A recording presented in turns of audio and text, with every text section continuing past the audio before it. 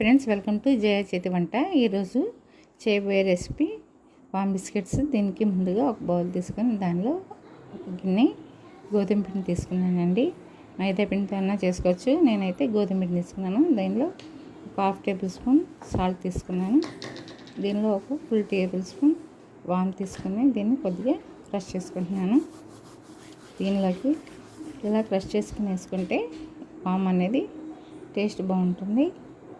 దీన్ని మొత్తం అంతా ఒకసారి ఇలా కలుపుకున్నాం.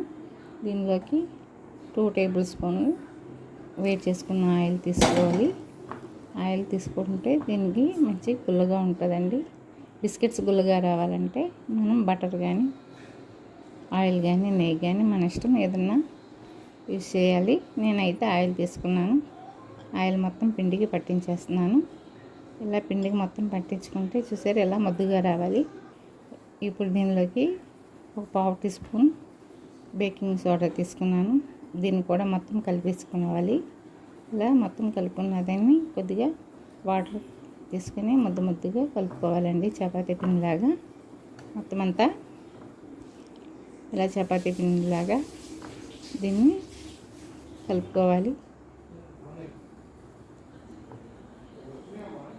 కొద్దిగా వాటర్ తీసుకుంటూ దీన్ని మొత్తం ఇలా కలుపుకుంటున్నాను.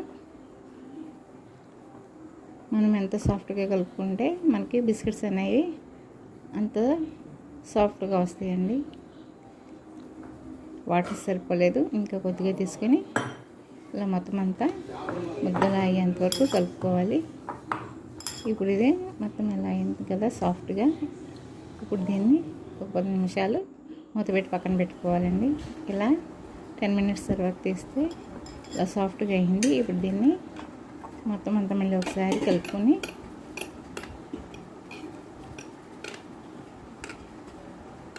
చపాతీ పిండిలాగా చేసుకొని దీన్ని చపాతీలాగా ఇలా ఒత్తుకోవాలండి. కొద్దిగా పిండి తీసుకొని మొత్తం అంతా చపాతీలాగా ఒత్తుకోవాలి. ఫస్ట్ కొంచెం మందంగా ఉంది కాబట్టి ఇలా చేత్తో ఒత్తుతున్నాను.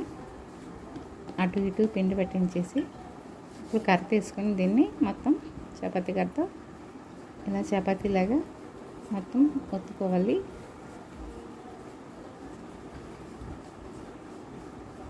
ఇలా పెద్దగా మనకి పలచగా వచ్చేంతవరకు పెద్ద సైజు చపాతీలాగా మొత్తం అంతా చేసుకోవాలండి. పలచగా రావాలి. మందంగా ఉంటే మనకి అంత క్రిస్పీగా రావండి, మెత్తగా ఉంటాయి. అందుకే మనకి ఎంత వీలైతే అంత పలచగా చేసుకుని దీన్ని మన ఇష్టం వచ్చిన షేప్లో కట్ చేసుకోవచ్చు. స్క్వేర్గా అయినా చేసుకోవచ్చు, లేదా డైమండ్స్గా అయినా కట్ చేసుకోవచ్చు. నేను ఫస్ట్ ఎడ్జెస్ తీసేస్తున్నాను. ఇప్పుడు వీటిని డైమండ్స్గా కట్ చేసుకుంటున్నానండి. చిన్నగా ఇలా కట్ చేసుకుంటున్నప్పుడే మనకి లేస్ వచ్చేస్తున్నాయి చూసారా. ఇలా మొత్తం అంతా డైమండ్స్ లాగా చిన్నగా కట్ చేసేసుకోవాలి.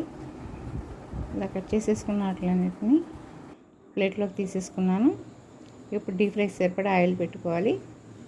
ఆయిల్ కాగిన తర్వాత ఒకదాని తర్వాత ఒకటి వేసుకోవాలండి. ఇలా ఒకదాని తర్వాత ఒకటి స్లోగా వేసుకోవాలి. ఇలా వేస్తున్నప్పుడే లేసిపోతున్నాయి చూసారా పైకి అలాగా. ఇప్పుడు మనకి నూనె బాగా కాగింది, అందుకే ఇలా చక్కగా వేస్తున్నప్పుడే పైకి లేచి వచ్చేస్తున్నాయి. ఇలా ఒకదాని తర్వాత ఒకటి మొత్తం అంతా వేసేసుకొని ఎన్ని పడితే అన్ని వేసుకొని ఫ్రై చేసుకోవాలి.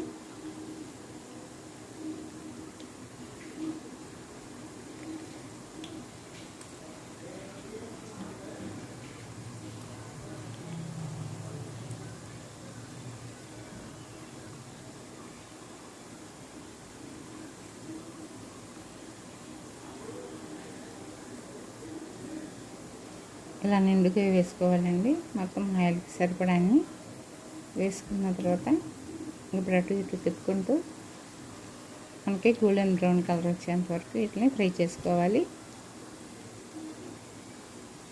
లో ఫ్లేమ్లోనే చేస్తున్నానండి. హై ఫ్లేమ్లో అయితే కలర్ వెంటనే చేంజ్ అయిపోద్ది, లోపల అంత బాగుండవు.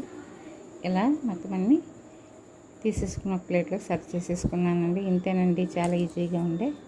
సరే ఇలా వెళ్తే ఎలా క్రిస్పీగా ఉందో, ఈజీగా టేస్టీగా ఉండే బిస్కెట్స్ రెడీ.